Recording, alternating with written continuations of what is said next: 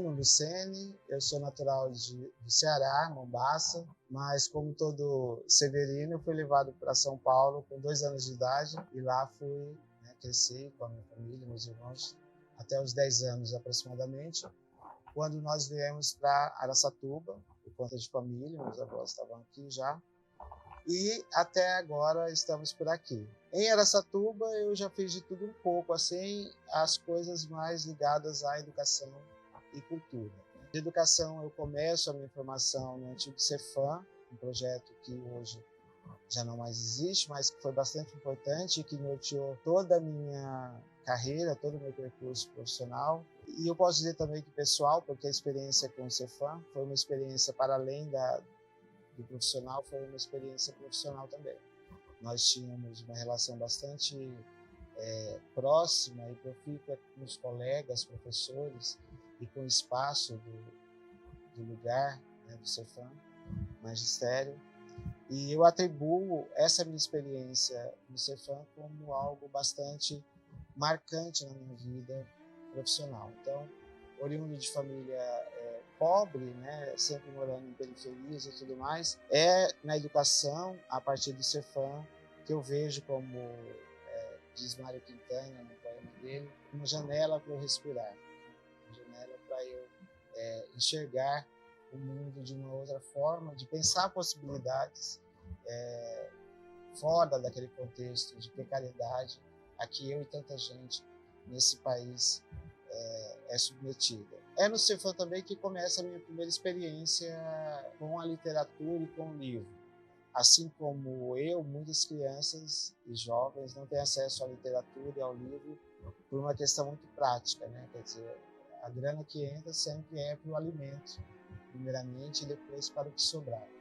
E raramente sobra para o livro e para a cultura. Então eu me apego na literatura a partir dessa experiência educacional no Cefam, com professores específicos também no Cefam, que vão nos estimular a leitura, a pesquisa. Então, como era uma escola voltada para o magistério, para a educação infantil e ensino fundamental 1, nós tínhamos muitas atividades práticas e didáticas, metodológicas, com a literatura para a criança, voltada para a criança. Então aí começa esse meu gosto pela literatura, já numa idade que é avançada para a literatura infantil. No ensino médio, a gente está falando aí de 14, 15 anos já. Eu deveria estar, assim como outros colegas, ligados à literatura juvenil, à literatura adulta, mas é a literatura infantil que me pega, o magistério, a partir dessa proposta, desse encaminhamento mais didático, metodológico do magistério. Começo, então, a me colocar diante de um desafio pessoal em termos de leitura e de escrita. O desafio é no sentido de que, se eu desejasse mesmo continuar na carreira como professor, essa coisa de ler, de escrever, teria que ser uma coisa mais fácil, mais fluida na minha vida. Afinal, faz parte do trabalho do professor ler, escrever e encaminhar leitores e escribas. E eu pego o gosto pela literatura infantil. Quando eu saio do magistério, eu vou fazer letras em Toledo. E no curso de letras, não tinha na grade curricular do curso de letras literatura infantil. E eu, já gostando de literatura infantil, já familiarizado com autores e obras, eu vou buscar um curso de especialização. E eu vou fazer esse curso lá na Unesp de Prudente e me encanto. Eu acabo de me encantar e de me aprofundar nesse curso, tanto no contato com autores de literatura infantil como professores nossos lá, quanto no estudo mais especializado, mais focado da literatura infantil. Com isso, eu acabo desenvolvendo um trabalho de conclusão de curso voltado para literatura infantil, que culmina numa obra também, num livro meu, chamado Com Quantos Chapéus se Faz um Chapeuzinho. É uma obra didática, meio didática, meio literária, porque tem introduções literárias e didáticas no livro, mas que é o resultado dessa reflexão, desse percurso em relação à literatura infantil. Depois disso, eu participo de alguns concursos, com alguns textos meus, e eles são o resultado e o produto de livros premiados. Então, eu cito o primeiro, voltado para o público infantil e juvenil, que é Júlia à Procura da Consciência Perdida, um concurso que foi promovido pela POSP, a Academia Araçatubense de Letras, e o meu texto foi o primeiro colocado e publicado com o livro. O segundo livro que eu publico, que eu lanço voltado para esse público, é a partir de um edital da Secretaria Municipal de Cultura, e é o Poesia, Pipoca e Peão, o primeiro texto voltado para o público infantil meu com gênero poesia. E o terceiro, e não o último, porque já tem outros a caminho, é o Menino e o Vento, que foi um prêmio nacional, um texto de prosa poética, o primeiro prêmio Nelino Vaz Coelho de literatura infantil, promovido pela União Brasileira de Escritores. E eu tenho outros dois no prólogo aí, para serem lançados, que é Uma História Cabeluda, de um Homem e Sua Barba Ruiva, que eu busco trazer algumas questões relacionadas a infanticídio. E o segundo livro de poemas, mas que pressa é essa, que também busca traduzir ou busca refletir um pouco sobre esse universo contemporâneo da fluidez, da agilidade, do descarte e de tantas outras coisas que são próprias da contemporaneidade. Para além dos textos voltados para o público infanto-juvenil, que é onde eu tenho mais me dedicado, me debruçado, eu tenho outros livros voltados para o público adulto. Eu gostaria de citar especificamente o que eu lancei no momento em que eu ingressei na Academia Araçatubense de Letras, que é o Mosca Feliz, onde eu reuni alguns textos meus publicados em jornal, enfim, alguns inéditos e outros que eu já tinha publicados em outros livros, para, no dia da minha posse na Academia, em 2013, eu lançar um livro também. Achei que era adequado fazer isso. Meu ingresso na Academia se deu depois também já de um pouco desse percurso que eu acabei de citar, em relação a estudos, a publicações e a minha própria presença na Academia, contribuindo, mesmo como não acadêmico, com projetos, palestras e outras atividades da Academia. E eu fui recebido pelas mãos do Tito Damaso, professor Tito Damaso, que na ocasião era presidente da Academia, e da minha amiga e querida madrinha, Maria Lourdes Martins Campese, a Lu. Ela que me apresentou e que me recebeu na Academia Araçatubense de Letras. Do ponto de vista profissional, além do curso de letras, da especialização, eu também fiz mestrado na área de letras na Universidade Federal do Mato Grosso do Sul. Eu sou mestre em letras, estudos literários, e eu pesquisei uma poeta mineira chamada Maria Ângela Alvim. Recentemente eu estou fazendo doutorado no Instituto de Artes da Unesp, em São Paulo, e eu estou trabalhando com uma análise comparada entre literatura brasileira e artes visuais. Profissionalmente, eu já atuei em diferentes frentes da educação, especialmente. Eu brinco que eu trabalhei desde mamando a caducando. Eu comecei trabalhando com crianças, com arte, e depois fui, pelo aprofundamento na formação profissional e tudo, me dedicando mais aos jovens e adultos. Então, hoje eu atuo especificamente com jovens e adultos no Instituto Federal de São Paulo, aqui no campus Birigui. Mas também atuo na área de literatura, no curso superior lá. E eu acho que é isso. Eu fiz também um curso de arquitetura, foi a minha terceira graduação. Às vezes me perguntam, né, por que tantas frentes, né? Por que se debruçar em tantas linguagens e tantos percursos? Eu gosto de uma frase do Ferreira Goulart, quando ele fala assim, que a arte existe porque a vida não basta, né? Eu acho que, e compreendo nessa altura da minha vida, que eu me interessei e me interesso tanto por essas diferentes linguagens de arte, né? porque afinal é justamente porque a vida não basta, e a vida de muita gente não basta, né? A vida da maioria dos brasileiros não basta. A arte acaba sendo esse locus da utopia, de uma utopia que não precisa ser necessariamente realizada, efetivada, mas uma utopia que pode ser desejada, né? Há um sensível na arte, há um locus na arte que te faz vivenciar coisas que não precisa necessariamente viver aquilo, mas vivenciar aquilo. Isso te faz, na minha opinião, um ser humano melhor. Acho que foi na arte que eu acabei encontrando esse desejo de me colocar como ser humano no mundo, de me reconhecer como ser humano no mundo, de me compreender como ser humano no mundo. E eu acho que a literatura ela está para o pobre, assim como o futebol o está. Porque qualquer coisinha, né, você faz uma bola e em qualquer várzea você joga uma pelada. A literatura também eu acho que atravessa um pouco essa questão, porque diferente da pintura, que você precisa de materiais caros às vezes, do teatro, da música, que também você precisa de uma parafernália, a literatura você precisa de uma caneta e de um papel, às vezes de uma parede e um carvão, e você consegue deixar registrado ali os seus textos, a sua imaginação. Evidente que você tem os que têm mais facilidade, os que têm menos facilidade. O texto literário é um texto diferenciado do texto de outros textos cotidianos, né?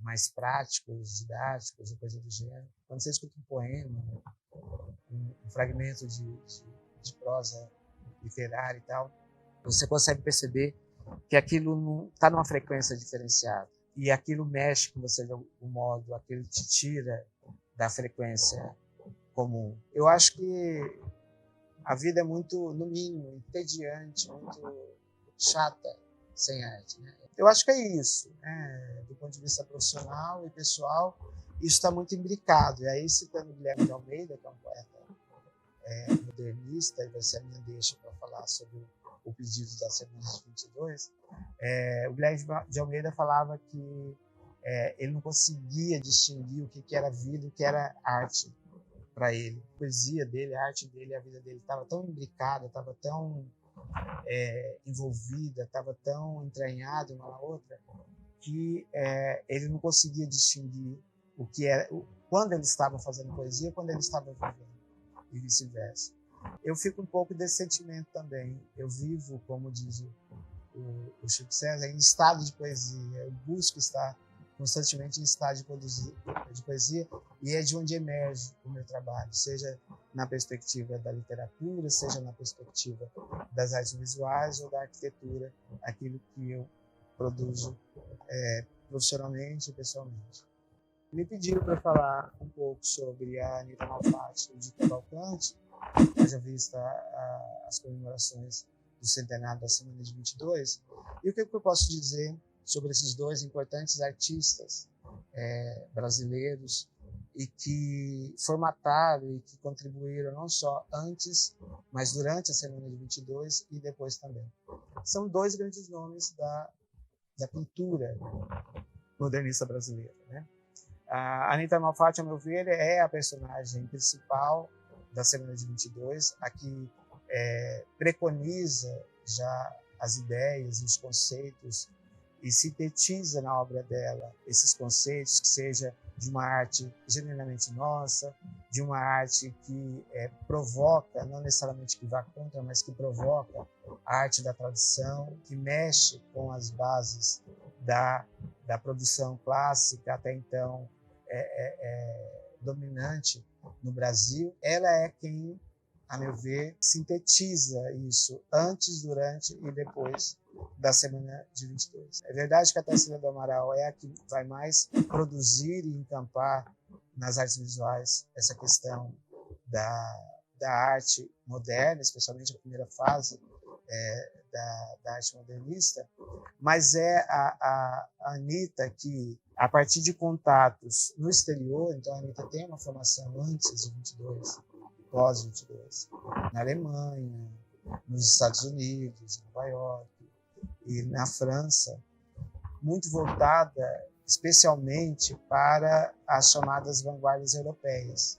E das vanguardas europeias, num sentido mais dedicado, mais detido, no expressionismo e no cubismo, né? Pós-impressionismo, expressionismo e no cubismo. E é a partir dessas vanguardas, dessas linguagens, que ela também vai produzir importantes obras delas, que vão aparecer antes, especialmente na mostra que ela faz em 1917, portanto, anterior a 22, né? Obras como A Boba, O Homem Amarelo, O Japonês, O Farol e outras, que já vão causar, antes de 22, um certo frisson, né? E um dos mais conhecidos, né, é aquele artigo que o Lobato vai escrever no Estadão, criticando demasiadamente a produção, não só da Anitta, mas especificamente da Anitta por conta dessa mostra de 17, e que vai causar um efeito contrário ao que ele queria, porque ao tempo em que ele critica a Anitta Malfatti pela mostra, pelos trabalhos de 1917, a mostra modernista dela de 17, outros personagens importantes e atuantes do modernismo brasileiro, da primeira fase, vão entrar na defensiva dela, vão defendê-la em relação àquilo que ela está produzindo. Entre os quais o Di Cavalcanti, que foi um dos que estimulou com que ela fizesse essa mostra 17. Então, o Di Cavalcanti, que já à época também trabalhava em jornais, como caricaturista e desenhista. O Oswald de Andrade, que até então não a conhecia, também vai entrar em defesa dela. E ela vai matar 2 coelhos numa cajadada só com essa mostra. Primeiro, fazer uma espécie de prenúncio. Ela já havia feito isso antes em 13, em 14, mas a de 17 é uma mostra maior e mais impactante do ponto de vista cultural e artístico, mas ela vai fazer essa provocação duplamente. Ao mesmo tempo que ela provoca e propõe esse olhar novo para as artes visuais no Brasil, em São Paulo especificamente, ela vai reunir, por conta da defesa do trabalho dela, personagens como esses que eu citei, de Cavalcanti, Oswald de Andrade, e depois outros nomes importantes. O Di Cavalcanti, para eu finalizar essa fala, ele já à época era já um artista reconhecido, ele tinha uma dupla atuação também, especialmente em jornais da época, ilustrando matérias, ilustrando livros de escritores, ilustrou o livro do Mário de Andrade, do Oswald de Andrade e outros.